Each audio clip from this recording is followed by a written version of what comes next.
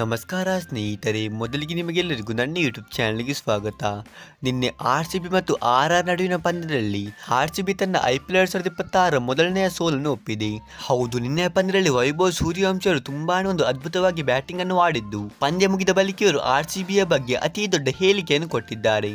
ಹೌದು ಸ್ನೇಹಿತರೆ, ನಿನ್ನೆಯ ಪಂದ್ಯದಲ್ಲಿ ರಾಜಸ್ಥಾನ್ ರಾಯಲ್ಸ್ ಅವರು ಟಾಸ್ ಅನ್ನು ಗೆದ್ದಿದ್ದು, ಅವರಲ್ಲಿ ಮೊದಲು ಫೀಲ್ಡಿಂಗ್ ನ ಆಯ್ಕೆಯನ್ನು ಮಾಡಿದರು. ಮತ್ತೆ RCB ಪರವಾಗಿ ಓಪನಿಂಗ್ ಗೆ ಬಂದ ಫಿಲ್ ಸಾಲ್ಟ್ ಮತ್ತು ವಿರಾಟ್ ಕೊಹ್ಲಿ ಅವರು ಅಷ್ಟೇನು ಉತ್ತಮವಾದ ಸ್ಟಾರ್ಟ್ ಅನ್ನು ಕೊಡಲಿಲ್ಲ.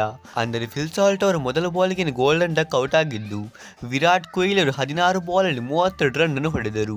ಮತ್ತೆ ಈ ಒಂದು ಪಂದ್ಯದಲ್ಲಿ RCBಯ ಪರವಾಗಿ ರಜತ್ ಪಡಿದಾರ್ ಅವರು 40 ಬಾಲಲ್ಲಿ 63 ರನ್ಸ್ ಅನ್ನು ಬಾರಿಸಿದರೆ, ವೆಂಕಟೇಶ್ ಅಯ್ಯರ್ ಅವರು ಕೊನೆಗೆ ಇಂಪ್ಯಾಕ್ಟ್ ಪ್ಲೇಯರ್ ಆಗಿ ಬಂದು 15 ಬಾಲಲ್ಲಿ 29 ರನ್ಸ್ ಅನ್ನು ಬಾರಿಸಿದರು. ಹಾಗಾಗಿ ಎಲ್ಲರ ಸಣ್ಣ ಸಣ್ಣ ಕಾಂಟ್ರಿಬ್ಯೂಷನ್ ಇಂದಾಗಿ RCB ನಿಗದಿತ 20 ಓವರಲ್ಲಿ 201 ರನ್ ಅನ್ನು ಕಲೆ ಹಾಕಿತು. ಮತ್ತೆ ಇದನ್ನು ಚೇಸ್ ಮಾಡಲು ಬಂದ RR ತಂಡ ಸ್ಟಾರ್ಟಿಂಗ್ ನಿಂದಲೇ ಅದ್ಭುತವಾಗಿ ಬ್ಯಾಟಿಂಗ್ ಅನ್ನು ಮಾಡಿತು. ಅಂದರೆ ವೈಭವ್ ಸೂರ್ಯವಂಶಿ ಅವರಂತೆ ಈ ಒಂದು ಪಂದ್ಯದಲ್ಲಿ RCBಯ ಬೌಲರ್ಸ್ ಅನ್ನು ಧ್ವಂಸ ಮಾಡಿ ಹಾಕಿದರು. ಇವರು ಕೇವಲ 26 ಬಾಲಲ್ಲಿ 78 ರನ್ಸ್ ಅನ್ನು ಬಾರಿಸಿದ್ದು, ಇವರು 8 4 ಮತ್ತು 7 ಸಿಕ್ಸರ್ ಅನ್ನು ಹೊಡೆದರು. ಆ ನಂತರ ಧ್ರುವ್ ಜುರೇಲ್ ಅವರು ಕೂಡ ಕೇವಲ 43 ಬಾಲಲ್ಲಿ 81 ರನ್ಸ್ ಅನ್ನು ಬಾರಿಸಿದ್ದು, ಕೊನೆಗೆ ಬಂದ ರವೀಂದ್ರ ಜಡೇಜಾ ಅವರು 25 ಬಾಲಲ್ಲಿ 24 ರನ್ ಅನ್ನು ಹೊಡೆದು ನಾಟ್ ಔಟ್ ಆಗಿ ಈ ಪಂದ್ಯವನ್ನು ಕೇವಲ 18 ಓವರಲ್ಲಿ ಗೆಲ್ಲಿಸಿಕೊಟ್ಟರು. ಮತ್ತೆ ಈ ಪಂದ್ಯದಲ್ಲಿ ಅದ್ಭುತವಾಗಿ ಆಡಿದ ವೈಭವ್ ಸೂರ್ಯವಂಶಿ ಅವರು ಮ್ಯಾನ್ ಆಫ್ ದ ಮ್ಯಾಚ್ ಆಗಿದ್ದು, ಅವರು ಪಂದ್ಯ ಮುಗಿದ ಬಳಿಕ ಒಂದು ತುಂಬಾ ದೊಡ್ಡ ಹೇಳಿಕೆಯನ್ನು ಕೊಟ್ಟರು.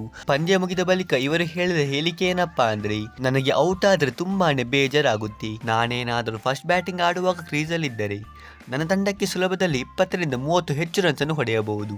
ಅದೇ ನಾನು ಟಾರ್ಗೆಟ್ ಚೇಸ್ ಮಾಡುವಾಗ ಕ್ರೀಸಲ್ಲಿದ್ದರೆ ನನ್ನ ತಂಡವನ್ನು ಒಂದು ದೊಡ್ಡ ಅಂತರದಿಂದ ಗೆಲ್ಲಿಸಬಹುದು. ಹಾಗಾಗಿ ನಾನು ಲೂಸ್ ಶಾಟ್ ಆಡಲು ಹೋಗಿ ತನ್ನ ವಿಕೆಟ್ ಅನ್ನು ಬೇಗನೆ ಒಪ್ಪಿಸಿದರೆ ನನಗೆ ಇಲ್ಲಿ ತುಂಬಾನೇ ಬೇಜಾರಾಗುತ್ತೆ. ಇದು ಆಗಿತ್ತು ನಿನ್ನೆ ಪಂದ್ಯಶ್ರೇಷ್ಠ ಪ್ರಶಸ್ತಿ ಪಡೆದ ವೈಭವ್ ಸೂರ್ಯವಂಶಿ ಅವರು ಅತಿ ದೊಡ್ಡ ಹೇಳಿಕೆ. ಹಾಗಾದ್ರೆ ಫ್ರೆಂಡ್ಸ್, ಈ ವಿಡಿಯೋದಲ್ಲಿ ಇಷ್ಟೇ. ನಾವು ಸಿಗೋಣ ಹೀಗೆ ಮುಂದಿನ ಇಂಟ್ರೆಸ್ಟಿಂಗ್ ವಿಡಿಯೋದಲ್ಲಿ. ಅಷ್ಟರವರೆಗೆ ಬೈ ಬೈ.